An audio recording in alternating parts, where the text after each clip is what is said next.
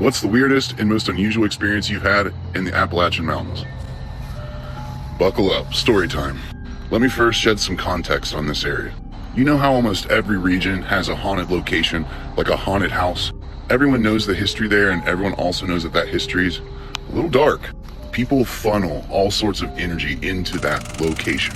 The human brain is a very powerful thing, and when enough human brains come together in one idea and focalize in to a certain location, like a haunted house, for example, it can bring forth some things, manifesting entities with energies. Now, I live in the Appalachian foothills, the gateway to the Appalachian Mountains. I live smack dab in the middle of Wayne National Forest. A lot of native people used to live here, and they were relocated, offsetting an entire way of life, removing native people from their holy lands, native people dying in droves. Well, a lot of them focalized a lot of that energy to bring forth a certain entity that I don't even like saying out loud, but I've seen it, and it was fucking terrifying. All of our roads around here just go through endless forest. It can kind of get to your head when you're driving at night. Hardly any cell phone service in a very remote and sparsely populated area. One night I was heading home from fishing, just listening to the radio and carrying on, when a coyote stepped into the middle of the road. This thing ain't moving down the road, so I just hit my brakes and I sit there with it in my headlights. When I first saw it, it'd be about as far as where that barn is, but it got about as close to where that fence is right there. It was acting real strange, real confident, nonchalant, like I didn't matter, like that big hunk of steel that I was driving, it didn't care about. It was walking right down the center of that lane. When it gets from about me to that fence, it just stops. I've never seen an animal be so still in my life. So I'm honking my horn at it. I'm making all sorts of noise and hooting. I don't want to hit this thing. I want to just get around it. But something's really striking me off with it. I honk at it several more times, till finally I take my car out of park, and the moment I took my car out of park, I saw it stand up. Just like the freaking hair on my arm right now, I saw it stand up on its back legs, man, and it rattled me to my core. We don't even say the name of this thing out loud here. You'll just invoke it. The only thing I thought to do was just accelerate hard and get past it and try not to look at it as I got by. But I could not help but notice it remained perfectly still, except for its head twisting, looking at me as I went by it. I was terrified to look in my rear view. Terrified. I flew down them old coal mining roads and those old wagon trails, man. I was hauling ass to get home. It never once felt like it wanted to hurt me. Just wanted to make sure that I knew that it was real. As big, as brawny, and as strong as I am, there wasn't a single part of my head that thought that I could win whatever that was. It psychologically dominated me without barely moving. When it stood up, it looked like it had gained like an extra 2 feet, just perfectly still. I got more of them. Me and Cody had a few run-ins with the big guy too. Me and Cody even got impressions of his feet, but that's a story for another time. Welcome to Appalachia. Stay safe, stay wild. This group of friends face a whistling, screaming demon in Appalachia territory, and it genuinely spooks me. I got this story from a first-person retelling of an eyewitness account that they had.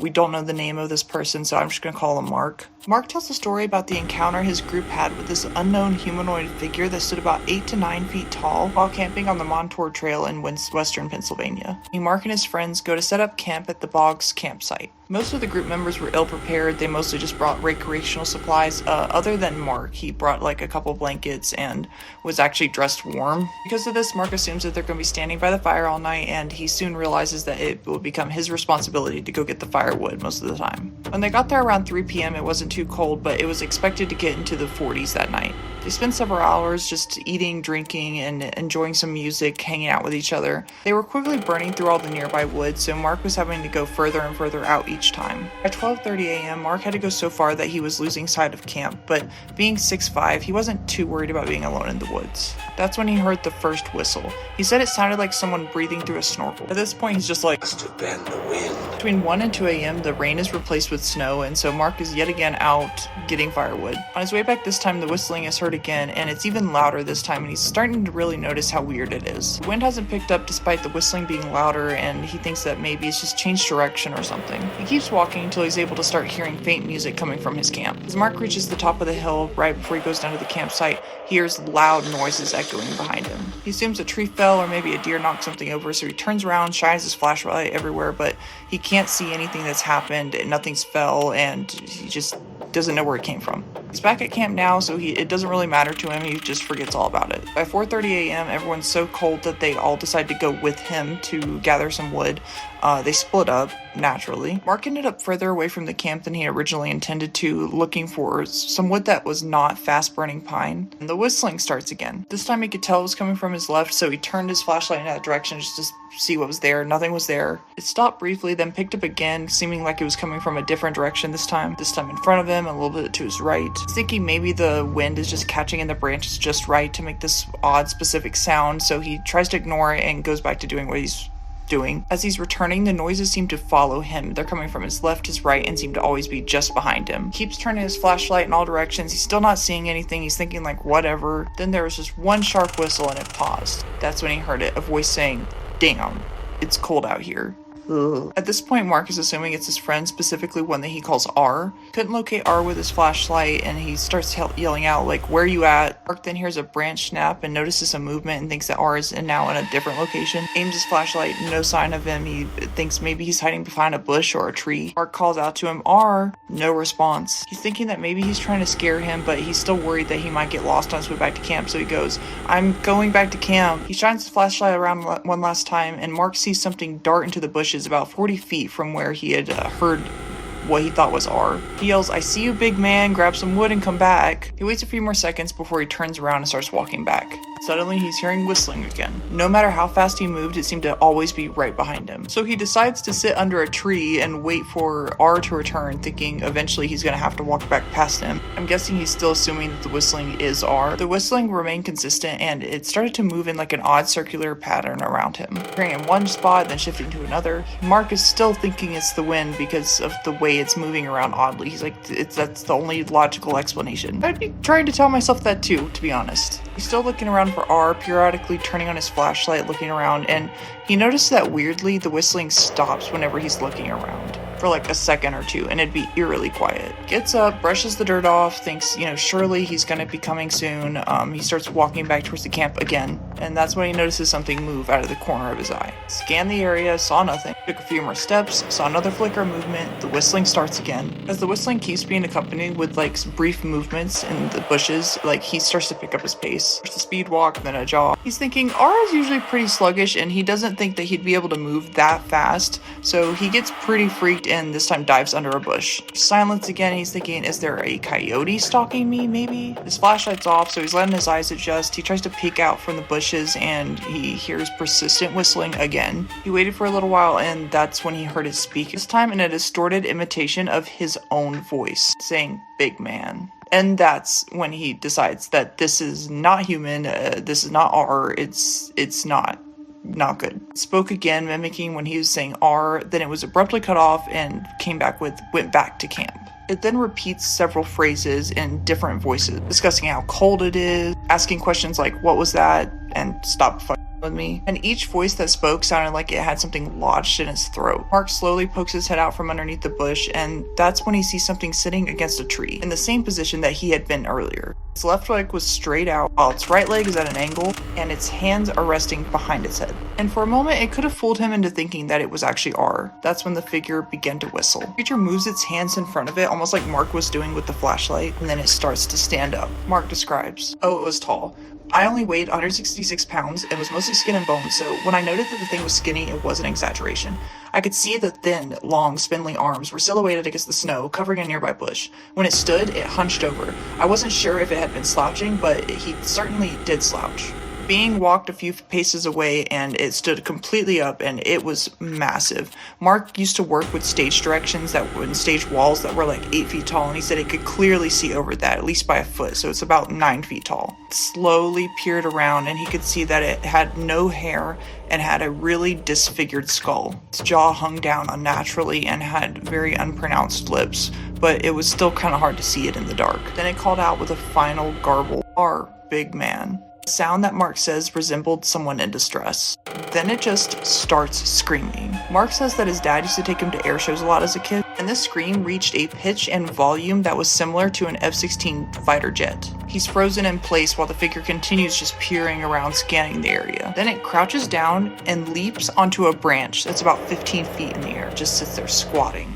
whistling and staring off into the distance. Suddenly, it took off, faster than anything ever could in nature. Mark counts to 10 in his head, the forest goes completely silent, and he finally makes a run for it, avoiding using his flashlight, and he's trying really hard not to make a sound. Before climbing down that hill back to camp, he takes one last look at the woods, and he's just not sure whether what he saw was real or just a figment of his imagination. He's finally back to the relative safety of the fire, where the other members of the group, Y and J, are just waiting for him. They ask him where his wood is, and he just kind of makes up some excuse about it having bugs in it. They're like, okay, whatever, and Mark asks, where's R? They go, check the tent, and he's in there, passed out, asleep, just dead asleep. Mark crawls into his sleeping bag to try and just forget everything and warm back up. And then he hears the scream again. He's thinking, please don't let it come here. And normally when this group would go out camping, Mark would tell them when they heard a noise, like what it was, and he's just silent. He asks if they heard the first scream, and they're like, yeah. They're like, did you see it? And he's like, yep. They're asking what it was. He has no clue. And then he quickly describes it to them so they could listen for any more noises. He's telling them about how it imitated his own voice. They're thinking maybe it's a truck on the highway or an owl, making up pretty much any excuse. Next morning, they went to a walk where Mark had saw the creature, and it hadn't snowed much the night before. The tree he had sat under had scratch marks all over it. The area where it was standing before it jumped on the branch had a ton of footprints on it that seemed to have no apparent order to them. It looked like it had run over every square inch of that area, coming very, very close to where Mark had been hiding in that bush. Mark didn't really know anything about cryptids, so when he got home, he tried to research it. The closest he could come up to was a wendigo, but it didn't really have antlers, and it just looked very odd shaped in the skull. But that's pretty much the closest we can come to. So yeah, if you hear whistling while in the Appalachian woods, just leave. If you like this kind of stuff, follow for more. If you watch the entire thing, thank you so much for watching. I don't really understand where all this is coming from on TikTok, where they're saying don't whistle yourself in the Appalachian woods. I've grown up here my whole life. I haven't really ever heard that, but I was always told that if I heard whistling or any other kind of weird noises like that, to just kind of leave the area. I know in my last video I said I wanted to try and make one every day, and that was a week ago. I'm still learning on how to find these stories and do research on them in bulk.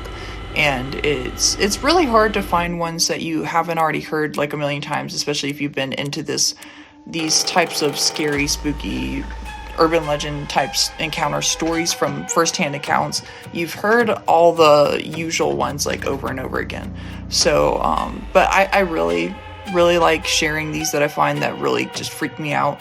I'm really desensitized to horror stuff, so if it freaks me out, I'm gonna share it. I want to know what you guys think it was. Let me know down in the comment what your theories are, and don't just say Wendigo, because that's basic. I want to know what other theories there are, or if you've heard any other scary stories like this, or have your own you want to share. Just DM me. I would love to make a video about it. Something was pretending to be my mom. So this is a story submitted by one of my followers. She wants to remain anonymous, but she said we can call her Julie. So Julie and her mom have been cleaning all day long, and she said by the time they got finished, it was midnight. So her mom was ready to go take a shower. She went and got in the shower, and then Julie hears her mom call her name. But she's like, no, she's in the shower, so she can't be calling that name. So she just ignored it, kind of brushed it off. And then she hears it again, but louder. So this time she goes to the bathroom and she asks her mom, she's like, are you calling me? And her mom's like, no, I don't know what you're talking about. So this really freaked her out because she heard it twice now. So she goes to her room and she starts Googling, what could be calling my name and mimicking someone's voice in my home. So Google tells her that this could be an SW, or what I like to call a flesh pedestrian. Well, it could be that, or it could just be a mimic. Either way, it was freaking her out, and it starts saying her name louder than before, right outside of her door, and then starts knocking on her door. So she kind of gets under her covers, and then it knocks again. So she gets up to open it, probably thinking maybe it is her mom. But when she opens the door, there's no one there. So she shuts the door, goes back and gets back in her bed under her covers, and then things start saying her name over and over and over again. Julie, Julie, Julie, Julie, Julie, Julie. Now mind you, in her mom's voice. So she texts her mom, and her mom didn't text her back because her mom was already in bed asleep. So then she decides, okay, I'm just terrified. I'm just gonna try to go to sleep. and she hears it say, "Don't sleep." So now she gets up and locks her door, goes to get back in her bed, and she starts hearing scratching.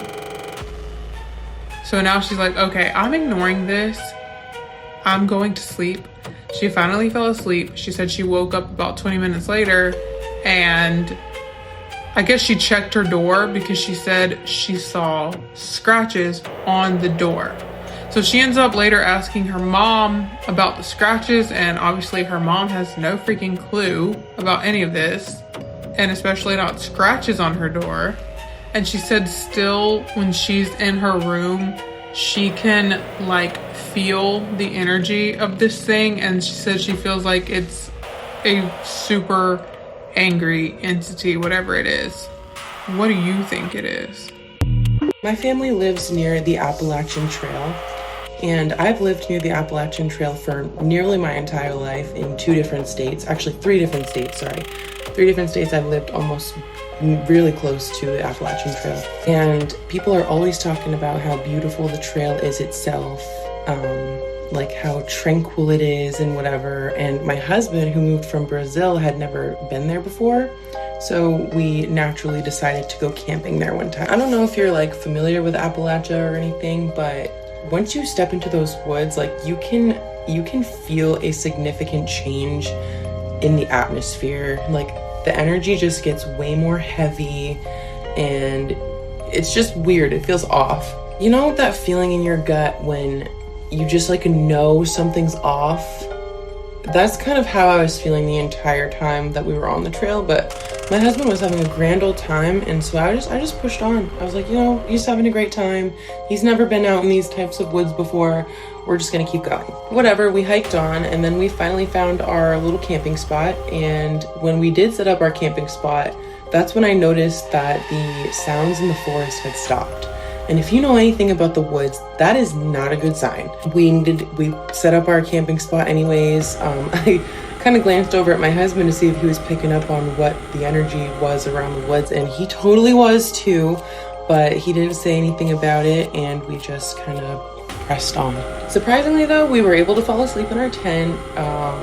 Like the beginning of the night was fine, other than the uneasy feeling that we both kind of had. But I want to say it was around midnight when we started to hear the sounds of footsteps outside of our tent. And if you are like an avid camper, you know that like footsteps outside of your tent is like usually just an animal. However, you can always tell when it's an animal walking on 4 legs versus 2. You know what I mean? So when we heard the footsteps, we froze and we listened, and we were like, yo, this is not the sound of an animal. Like, we could hear like kind of this low guttural growling that didn't sound like a bear. It didn't sound like any kind of animal that we've ever heard of before. Kind of like it wasn't a human, but it also wasn't quite animal. If that makes any sense. Does that make sense? I don't know what to tell you. It just sounded wrong. So my husband, being the big bad Brazilian that he is, he unzipped the tent and stuck his head out. Whatever he saw had him so damn shook that he muffled onto my arm so hard, and he said, "Don't move. Don't move." He was like, "Don't look, don't look, don't look, don't move, don't look." And of course I looked. And what I saw has absolutely deterred me from going camping on the Appalachian Trail since. It was like this tall, pale, kind of like too thin to be a man type figure. Its arms were really gangly, like they were too long for its body. Mind you, I couldn't see it very clearly, okay, so I'm just like kind of telling you what the outline of what I saw looked like. I could tell that its head was kind of cocked to the side, like something does when it's kind of studying you, you know, like an animal or like something curious. It's like, and although I couldn't see its figure completely, I did see its glowing, creepy looking eyes. They looked like the glowing eyes of an animal off in the woods, but you know, they were like up too high to be an animal. It looked like a person, but somebody who's too tall to be a person, but they were standing like a man. Does that make sense to you? I don't really know how to explain it, but my mind knows what it looks like. We stayed locked in place, barely breathing, clutching onto each other, shaking. My chest felt like it was going to explode from holding everything in. Like the anticipation was absolutely crazy. Was this thing going to run at our tent? What was this thing going to do? Every instinct in my body told me to scream and run away, but both of those things in Appalachia are an absolute no-no. Those types of creatures love a good chase. Number 1 rule in Appalachia is if you've seen something, no you didn't. If you've heard something, no the fuck you didn't. And if you ever see something, you're supposed to just back away slowly. not pay attention. I didn't see anything. I'm just gonna go back to my car. But yeah, anyway, after what seemed like forever, this thing finally stopped staring into our souls, dropped on all fours, and then skittered into the woods as fast as it could. When I say fast, like it was like there and then it wasn't. Like, yeah, we didn't go investigate, obviously. We hunkered down in our tent and we didn't move or sleep for the rest of the night. And as soon as the sky turned even the lightest bit of gray, we sprung into action and tore up our whole entire campsite and left as soon as we could. I've heard so many other stories of creepy things happening to people on the Appalachian Trail. So honestly, it just kind of seems like a thing that happens when you go there, which makes sense. I mean, those are the oldest mountains in America. They have a lot of history, a lot of creatures that we refuse to acknowledge. So if you ever decide to go to Appalachia, do not forget the rules of the woods.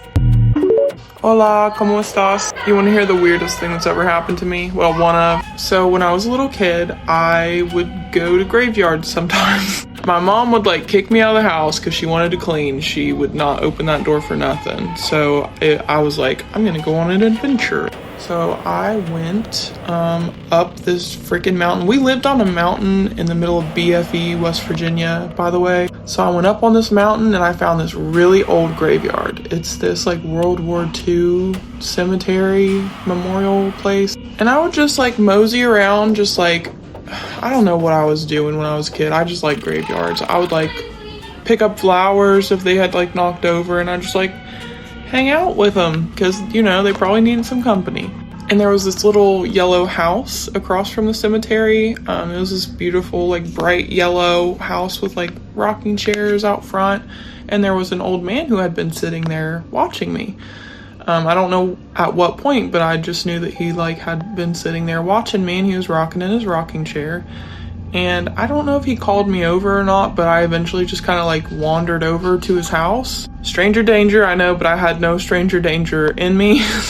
So I sat down on the other rocking chair, and we just like kind of rocked together, and he was like, "What's your name?" And I told him my name, and he didn't really, it was just like a little conversation. There wasn't much, but I remember him being like, "Do you want some lemonade?" And he went inside and he got lemonade, and brought it out, and we just sat there rocking and drinking the lemonade. And eventually I got up and I was like, "Okay, I'm gonna go now." He was just like, "Okay, goodbye." And I walked down the road, like, I don't know. I kept walking down this road just seeing if I could find something else to do. I never found anything. I ended up walking back, and when I passed back by, the yellow house was like, it was like decrepit. Like the rocking chairs were like broken, and the house was not bright yellow. There was no old man. I don't know. I was very confused, and I went home. But there were many other times I walked up there to that cemetery, and the house never looked like bright yellow. It was always like decrepit, and I was just very confused, like, what happened? Never saw the old man again. But as an adult now, I'm like, was that old man real? Like, did that actually happen? Did I make it up? Like I know that I drank lemonade with him. I have like vivid memories of the outside of this house and that old man and drinking the lemonade and talking to him and him talking to me. But I could never make sense of like why, and just me walking like somewhere else for like 30 minutes and coming back, did the house look different, and why did it always look different after that? It was just, I don't know. It's something in my brain that I've always wondered about. I'm just like, the fuck? All right, there you go. Have a good day. And just getting some fresh air. And I wanted to thank everybody for getting that video to 1 million views. That was pretty crazy. I didn't expect that at all. Usually I'm stuck in like the 200-300 range, but out here in Appalachia, we kind of experience some really weird stuff, and it's hard to explain, but I like hanging back in the woods.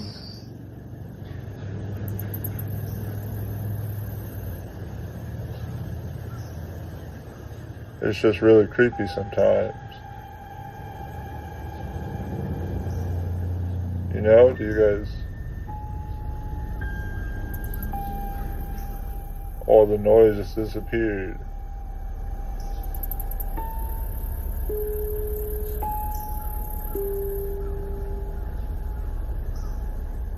Time to go. Well, Davister, you heard correct. I grew up in the Appalachia for the first 21 years of my life, and it's Appalachia Mountains, not Appalachia. If you're from there, you know. Don't fight me on this. And also, if you're from Appalachia, you know the rules.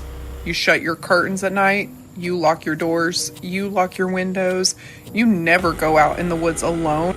You use a buddy system, and if you think you heard something, no you didn't. There's one particular time growing up, I did not follow these rules, and what happened to me still bothers me to this day. I used to ride horses, and me and my friends would go trail riding a lot.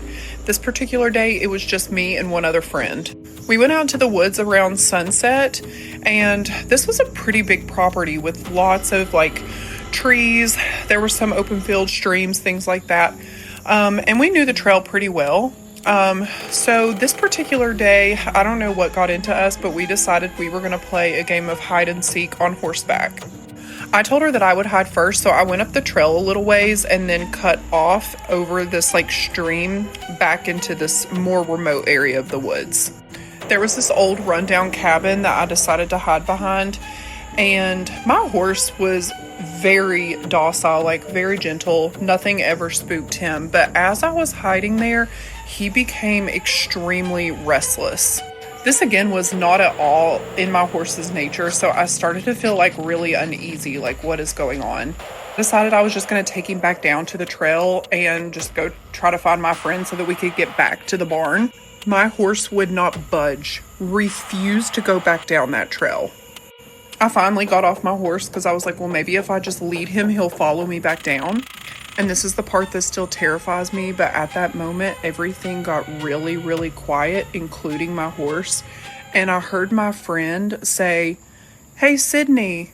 I was like, oh my God, thank God she's found me. I'm like, "Hey girl, I'm over here." But I couldn't see her. I was like, "Where are you? Hello?" And then I started to hear, psst, psst. And then again, "Sydney, this way." At this point, y'all, I am in tears. I get back on my horse and sprint back to the barn. By the time I get back to the barn, it's almost dark out, and I see that my friend's horse is in the stall. I'm like, what the heck? Why did she come back and just leave me out there in the woods? I mean, this whole incident was maybe about 30 minutes, so I don't know why she would have just left. I find her in the tack room, and she was like, "You were out there for an hour and a half." It was like, "I couldn't find you. I didn't know where you were, so I just came back." I look at the clock, and she was absolutely right. It had been almost 2 hours that I was out there, and it felt like it was only 20 minutes. I told her what happened to me. We were both just so terrified, trying in our brains to figure out what that could have been.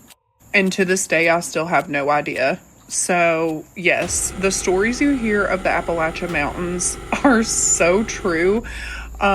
If you have any encounters with this or any experience, or you have any stories to share about the Appalachian Mountains, leave it in the comments because I would love to know your experience.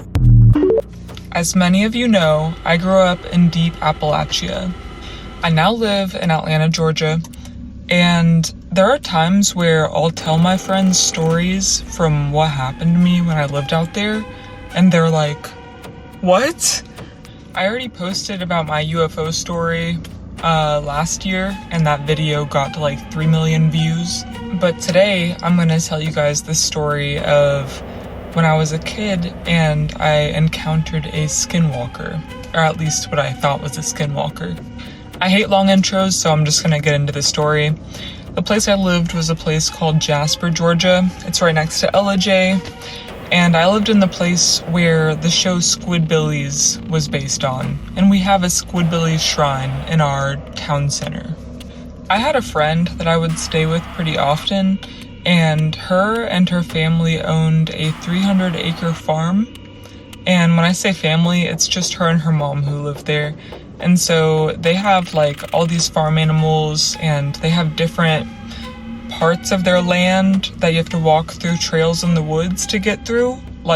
In order to get to one barn, you have to walk through the woods for 10 minutes just to get there. So there was one day that I was sleeping over there, and we had been home alone all day. I was probably in 3rd grade when this happened. Some of you might ask why me and my friend were just like 2 3rd graders alone on this farm. And it was because my parents were getting a divorce, and so I needed a place to go, so I pretty much lived with this girl at the time. But back to the story. So my friend's mom was on the way home, but I guess there was like a lot of traffic, or she was running late or something. So she called my friend and she asked her if we could like go down to one of the barns and feed the horses before we went to bed. So at this point in time, it was probably like 8 o'clock. The sun was going down. It was about to be nighttime. You could still see the sun and the light when you're in the open field, but in the woods, it was like pretty dark, like there was no sunlight. So my friend and I started walking through the pasture to the woods, and she had a flashlight with her. We got to the woods, she turned the flashlight on, and we started walking. We were walking for maybe like 3 or 4 minutes through these woods, so we're about halfway through the trail, and we're just talking about some shit and laughing. And then all of a sudden, my friend just stops talking, and like I was kind of just like looking at her, like as we were speaking. I wasn't really looking in front of me. And then she just like drops the flashlight and starts sprinting in the opposite direction, like back to the house. And so I was like, "You okay, Rebecca?" And because that was her name. And I turn and I see her sprinting, and the flashlight was just like on the floor in front of me, and I was like, what the fuck? So I turn back in front of me, and I just see like maybe like 10 feet away this gigantic like white figure. And I didn't look at it for long, but just like the sheer height of this thing, whatever the fuck it was, scared me so badly that I looked at it and immediately was like fight or flight mode. Like I felt danger. So right when I looked at it, I turned the other way and fucking booked it. I was running faster than I'd ever ran before. So fast that I passed my friend, and I was like running and pissing my pants at the same time. Like that's how fucking scary it was. And so I ran all the way back to her house, and in my brain I was like, what is the one place I can hide right now where no one will find me? And the only thing I could think of was like, I just ran to the laundry room and I got in the dryer. And so I was just sitting in the dryer, and it was like one of those old school dryers. It wasn't like plastic clear cover, so it was just like a white door that closes it from the front. And so I was just in there, I was like curled up in a ball, and I waited like, I don't know, what seemed like 15-20 minutes. I was just in there covered in piss, and eventually I thought that whatever the fuck was in the woods had like killed my friend, and so I was just crying and like I was freaking out, but I was also terrified and didn't want to die, so I was just sitting in there. And then eventually my friend walks through the door, and I can tell that she's crying and she's like hyperventilating. She's like like I hear that. And so I open the dryer, and she's like scared when I open it, obviously. And I was just like also crying, and we hug each other, and I was like, where did you go? And so she told me that she had ran and she got into like this trailer that was kind of near the house, because it was the only place she could think of to hide. And so we were both hiding, and I guess she just like mustered up the courage to run to the main house. And so we were both just like trying to explain what we saw and like put together whatever the fuck that was. And this was like 2008, maybe 2009. So I think I was like 12 or something when this happened, but this was way before like creepypasta or like any of these stories were like even around. So we couldn't even put a name to like what the fuck we saw out there. And so when her mom finally got home, we tried to explain what just happened, and she just like dismissed us, and she was like, you girls are just like overreacting. You guys saw a bear or like a deer or something, which is still terrifying if we saw a bear, but it definitely was not a bear because this thing was like pure white. And in the dark, it's like the only thing you can really see is like, if there's someone standing in front of you with a white t-shirt, like you're gonna see that. But this thing was completely white, and that's all I remember is just like this gigantic, like 7 or 8 foot tall thing, just like standing right in front of me, staring at me. And so I'm not friends with this girl anymore. I haven't talked to her in probably like 15 years. But I just remember that story, and I remember being so scared that I pissed myself. And the only thing I could think of that being is like a skinwalker. So maybe that is a skinwalker. But yeah, I hope you guys enjoyed that story. I've never told that on here, so I hope you guys were entertained and enjoyed it. And maybe got scared. But anyways, later this week I'm gonna post another story about the Appalachian feral people, because I think I also had an experience with that when I was younger. There was a lot of weird shit that happened. But yeah, thank you guys. I'm gonna tell another weird story of something that happened when I lived in Appalachia. Don't give me shit about how I pronounce the fucking name. The Appalachian Mountains run through a billion states with different dialects, so shut the fuck up. I feel like it's just as justifiable to call it the Appalachian Mountains as Appalachian. It doesn't matter what you say, potato, potato. But anyways, back to the story. I lived in Jasper, Georgia. Inside of Jasper, Georgia, there's a small little town called Tate, Georgia, where they produce marble. There's like all these marble factories all around where I lived, and around the marble factories, it's like coated in this white dust. It was kind of weird. I'm gonna tell a story about Tate, Georgia today. So I had a friend who, their whole family lived on a mountain in Tate, Georgia. Like, it would be like my friend's house, their family next door, more family members next door, more family members across the street. Like, they ran the fucking block type shit.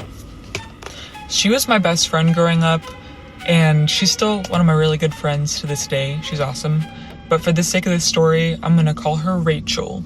So across the street from Rachel's family's house, there's this one house that has like all this kudzu in the backyard.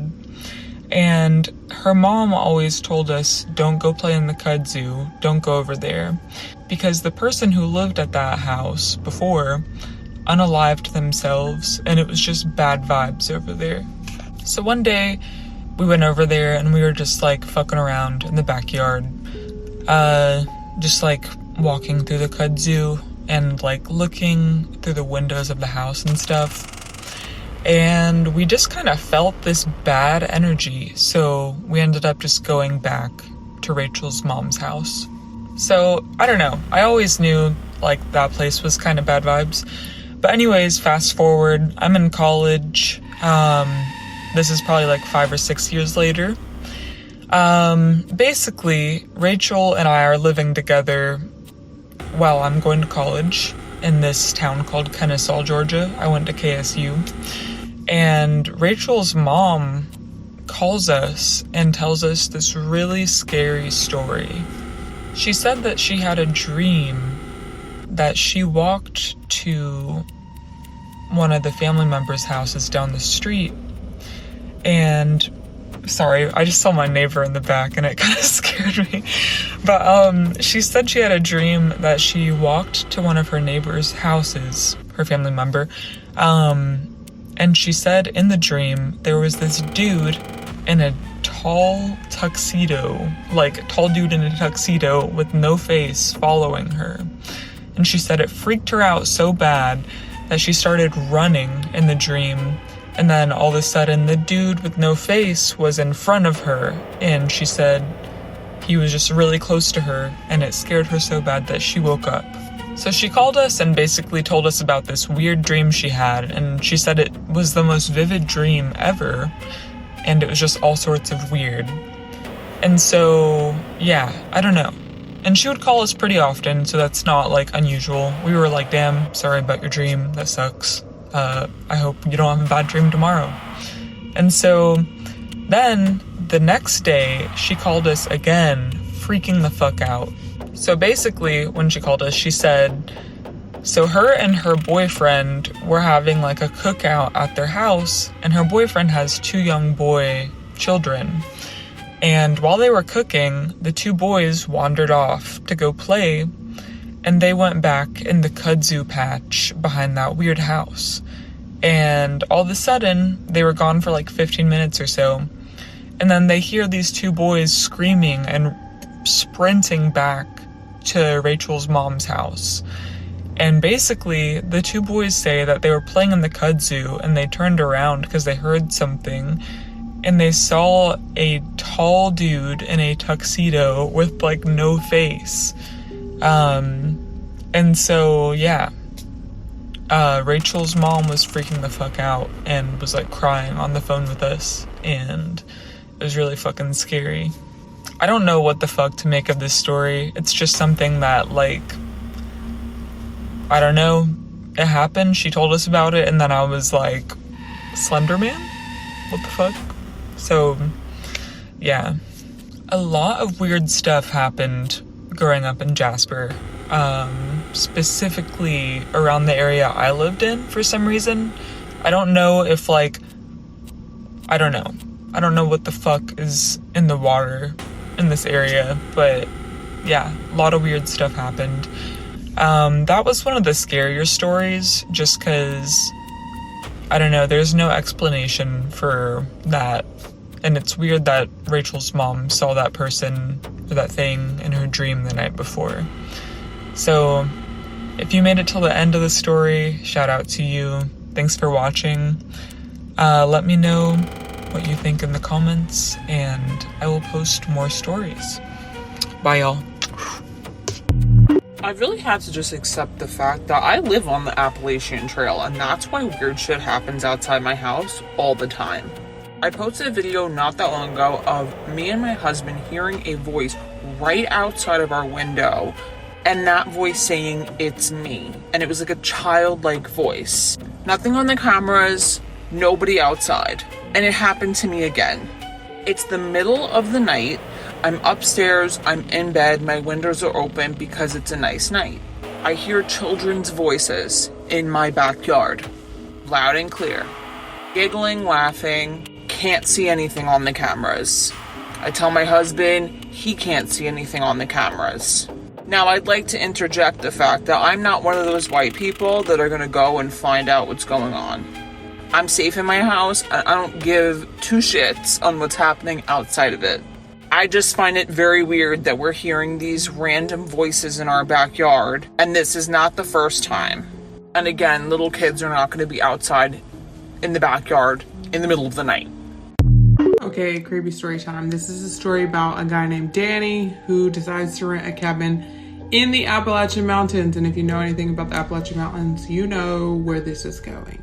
So Danny finds a cabin online. It's cheap, but it's described as remote and super peaceful, and that's exactly what he wanted.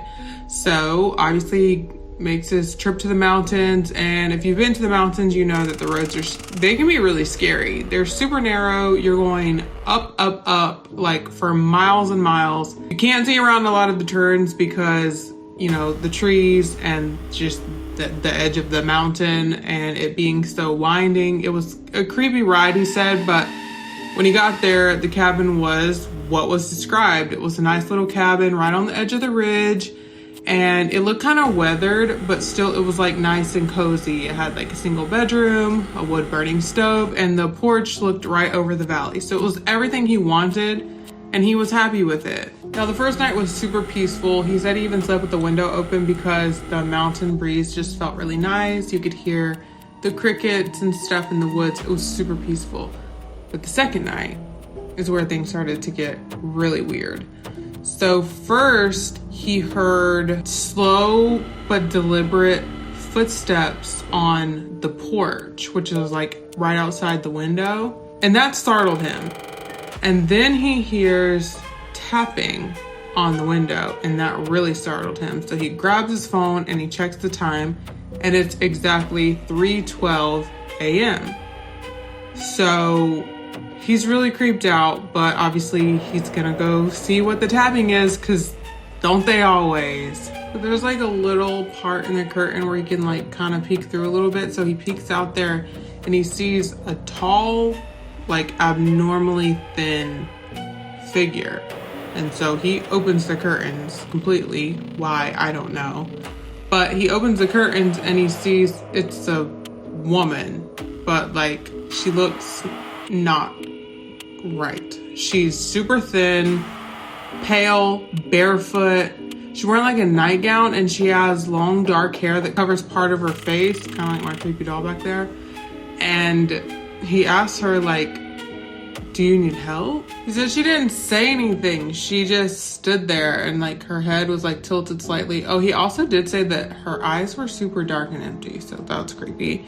But then he was like, are you lost? Like he's trying to get her to answer and she's not saying anything. And then all of a sudden she just kind of like smiles just a little bit. And she's like, let me in. This really freaked him out. And then her smile got way wider, like abnormally wide, and he went to grab a flashlight. So he rushes to grab a flashlight, and when he turns to shine it towards her, she's gone. So the next morning he just gets up and he hikes down the mountain like a mile, and there's like this little mountain general store, and the clerk in there looks at him and he's like, you look like shit. And he's like, yeah, I didn't sleep very well last night. There was a weird woman that showed up to my cabin, and she was super pale with dark hair, and you know, he described her or whatever. And the clerk was like, where are you staying? And he was like, the cabin is called Black Hollow Cabin. You know, they name all their cabins and stuff. And he was like, that's where you're staying? And Danny was like, yeah, why? And he was like, do you know who that is? Is someone like missing or something?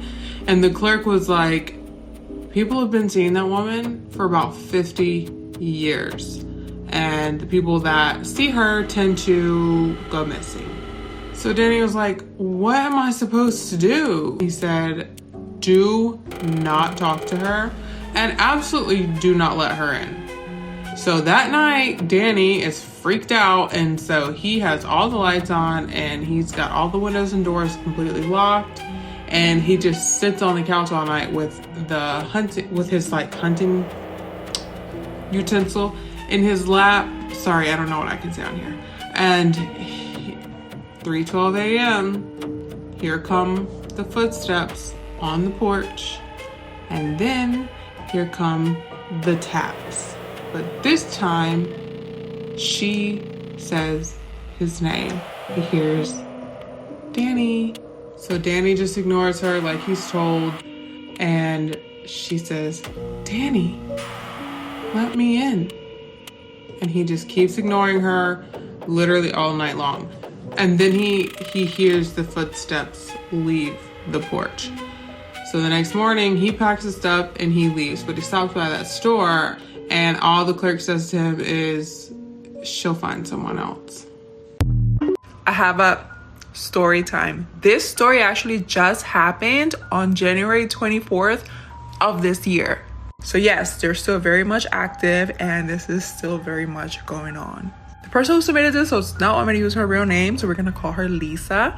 Lisa lives in a small town east of Tennessee, so yes, the Appalachian Mountains. So one night, Lisa is hanging out at her friend's house. It's her friend Mike, his girlfriend, who we'll just call girlfriend, and Lisa. As they're hanging out, they start to hear what sounds like a really heavy metal object being dragged across the driveway. Lisa remembers that she forgot to lock her car, so she quickly grabs her keys and hits the lock button. She then decides to look out the window to see if she can see anything, but there's no one there. She then sees as this truck approaches the house, and as it gets near the front of the house, it swerves completely out of the way as if trying to avoid hitting something. Lisa then decides that she's gonna go out in the balcony to see if she can get a better look. She's thinking that maybe a part of someone's car fell off. Maybe that's the reason why it was like a metal rubbing against the pavement. Mike's girlfriend follows right behind her and stands behind Lisa. The girlfriend goes, "Do you see anything?" Lisa responds with, "Not yet." So then the girlfriend goes, "Well, let's just go back inside then." As Lisa's getting ready to go right back in the house, she hears the girlfriend yelling her name, but it sounded far away. Thinking that maybe the girlfriend already made it all the way back in the house, she goes to quickly turn around, but runs right into the girlfriend. Turns out the girlfriend never went in. She was actually standing right behind her. With a shocked look, the girlfriend goes, "Someone just said your name. Run." Both girls run back into the house. Lisa was paralyzed with fear, like she was terrified.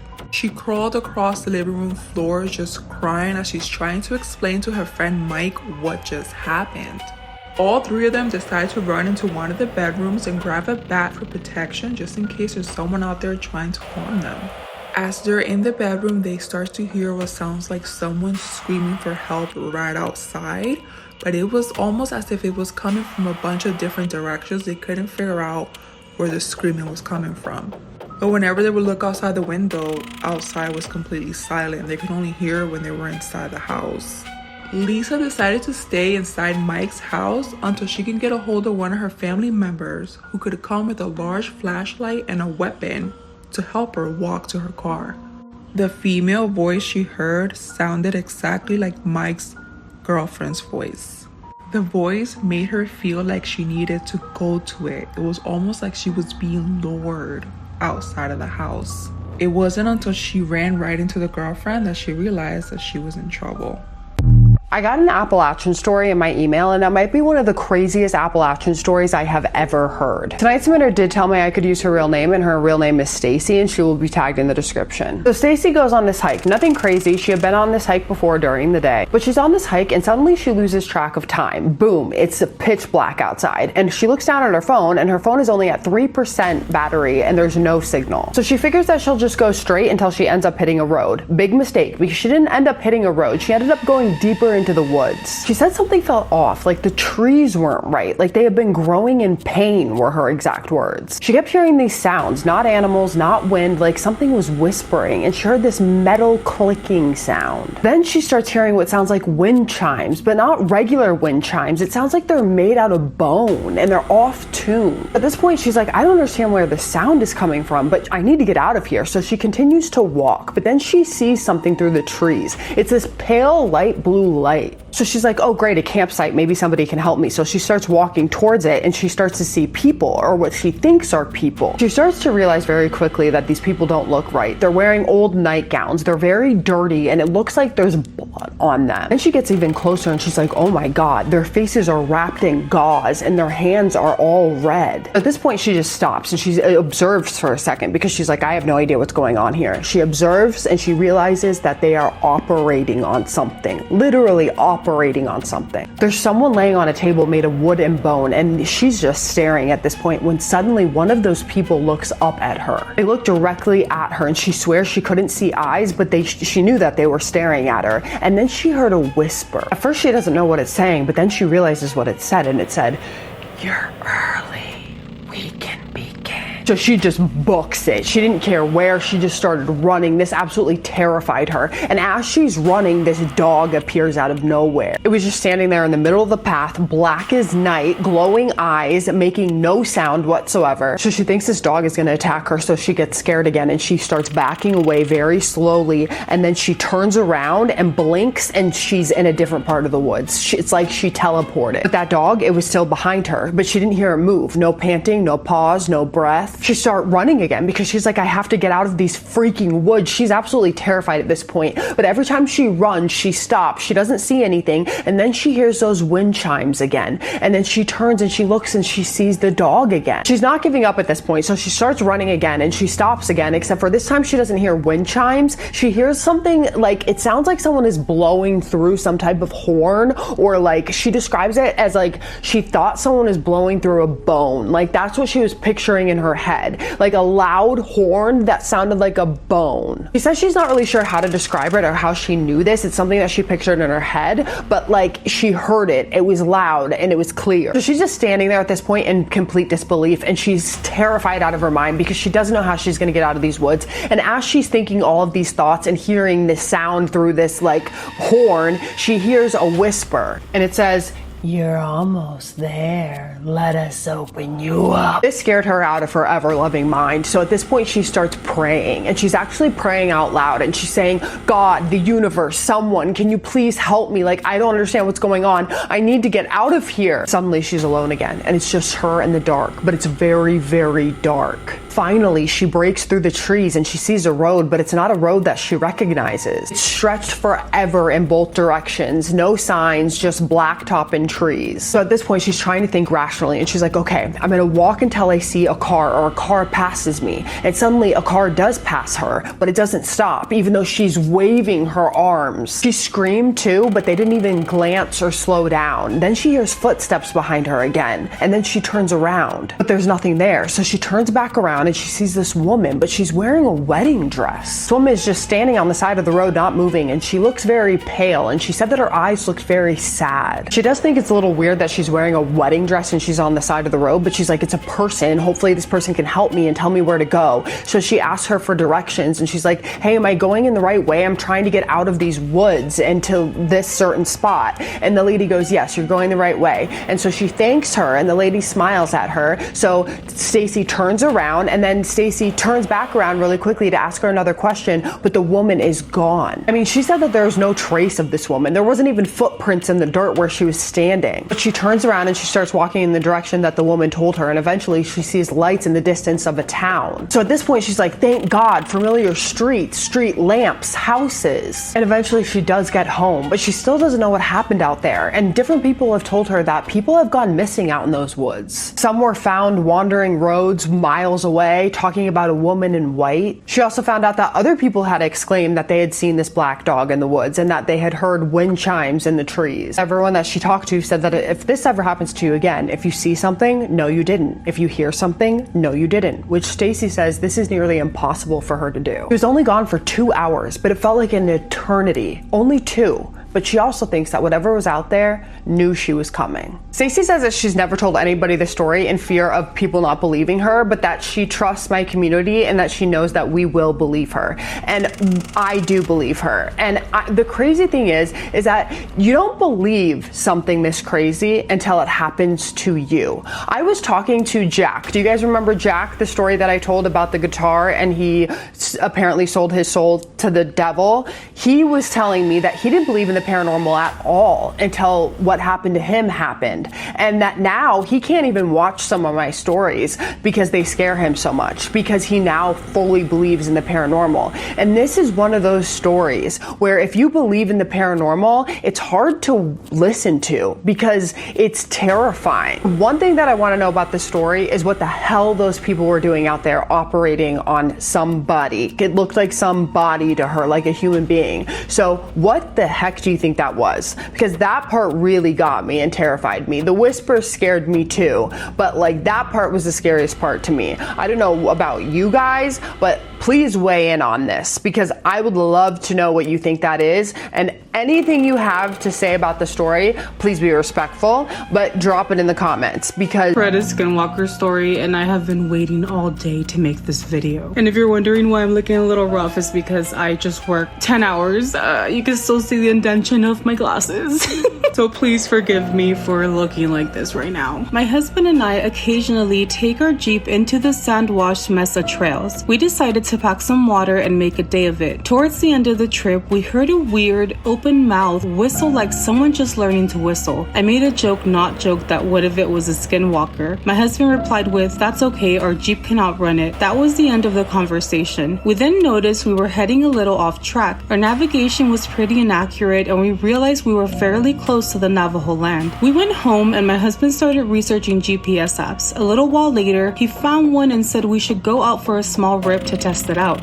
Boy, was that a mistake. It was around 8:15 p.m. The sun was just setting and we had been out for about an hour and a half by this point. We were on a trail heading back home when my husband braked abruptly and asked, "What was that?" I asked what he was talking about and he said, "Out there by the dip, something ran across the trail and then back again." I laughed and asked if he was screwing with me, but he continued, "I swear I'm not. It was on 2 legs, but it was fucking fast. Unbelievably fast." I hadn't seen a thing and we proceeded as normal. I rolled up my window thinking it may be an animal and we got closer. We were going about 25 miles per hour so that he didn't hit anything if something jumped out. He said, "Right there, this is where I saw it." It was another trail that crossed ours, and as we crossed, we saw 2 young girls with dark hair, one a bit taller than the other, standing there watching us to the right. We chuckled as we